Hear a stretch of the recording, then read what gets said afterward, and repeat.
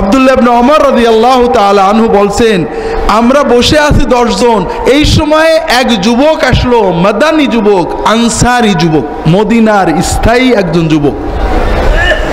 আব্দুল্লাহ ইবনে ওমর মুহাজির যুবক, মক্কা থেকে হিজরত করে মদিনায় যে রয়েছেন, মদিনার এক যুবক এসে হাজির।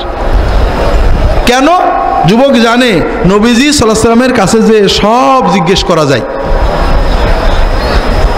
কিন্তু মানুষ মুরব্বীরা ভিড় থাকলে যাওয়া কষ্ট। এখন নিশ্চয়ই নবীজি ফ্রি আছে, এখন যাই শুনে নেব। কি শুনে নেব? এসে প্রশ্ন করছে, বসছে, কাল ইয়া রাসূলুল্লাহ, ইয়া রাসূলুল্লাহ, আইয়ুল মুসলিমিন আফদাল। খেয়াল করেন, আমরা আলেম উলামা নেককার মানুষদের কাছে যাই, প্রথমত যাই দুনিয়ার জন্য, হয় দোয়া নিতে, এটা দুনিয়ার কাজ, অথবা কোনো ঝগড়ার মাসলা শিখতে।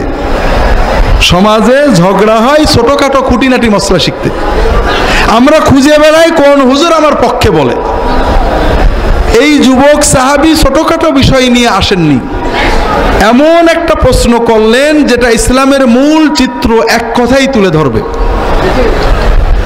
তিনি বললেন, ইয়া রাসূলুল্লাহ, ইসলামের ভিতরে, মুসলমানদের ভিতরে সবচেয়ে শ্রেষ্ঠ, আফদাল, সবচেয়ে বেশি ফজিলতওয়ালা শ্রেষ্ঠ মুসলমান কে? তাহলে যুবকের প্রশ্নটা কি? মুসলমানদের ভিতরে শ্রেষ্ঠ কে? আমরা কি বলবো?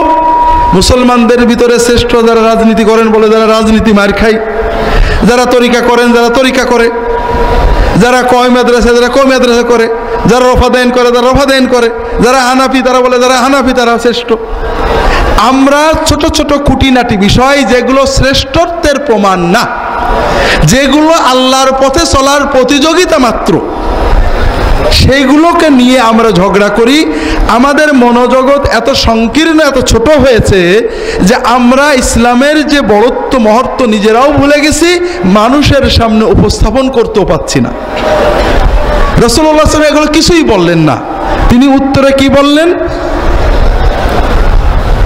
মুসলমানদের ভিতরে শ্রেষ্ঠ, সবচেয়ে ফজিলত, সবচেয়ে মর্যাদা ওই মুসলমানের বেশি, আহসানুহুম আখলাকান খুলুকান। মুসলমানদের ভিতরে যার আচরণ, বিহেভিয়ার, মানুষের সাথে যার আচরণ সবচেয়ে অমায়িক, সবচেয়ে সুন্দর, ওই মুসলমান হলো মুসলিম সমাজের ভিতরে শ্রেষ্ঠ মুসলমান। হাজারিন, বিস্তারিত ব্যাখ্যা করার সময় নেই। নামাজ বড় দরকার, ইমানের আলামত, খুব কষ্টের কাজ। রোজা কষ্টের কাজ। যাকাত দেওয়া, নিজের হালাল উপার্জনের টাকা মানুষকে দিয়ে দেওয়া খুবই কষ্টের কাজ। তবে সবচেয়ে বড় কষ্ট ভাইরা, আল্লাহর দিকে তাকিয়ে ইমানের দাবিতে নিজের রাগ কন্ট্রোল করা, নিজের অহংকার রোধ করা, নিজের নফসকে নিয়ন্ত্রণ করা, এর চেয়ে কঠিন আর কিছু নেই। কথা বুঝতে পারেননি? নামাজ কষ্ট, রোজা কষ্ট, না রাগের মাথায় গাল না দিয়ে চুপ করে থাকা কষ্ট। ঠিক করে কোনটা কষ্ট? সকাল থেকে সন্ধ্যা পর্যন্ত মুসলমান 17 ঘন্টা, 16 ঘন্টা, 15 ঘন্টা না খেয়ে না পান করে ক্ষুধা পিপাসায় বুকের ছাতি ফাটিয়ে রোজা রাখে না?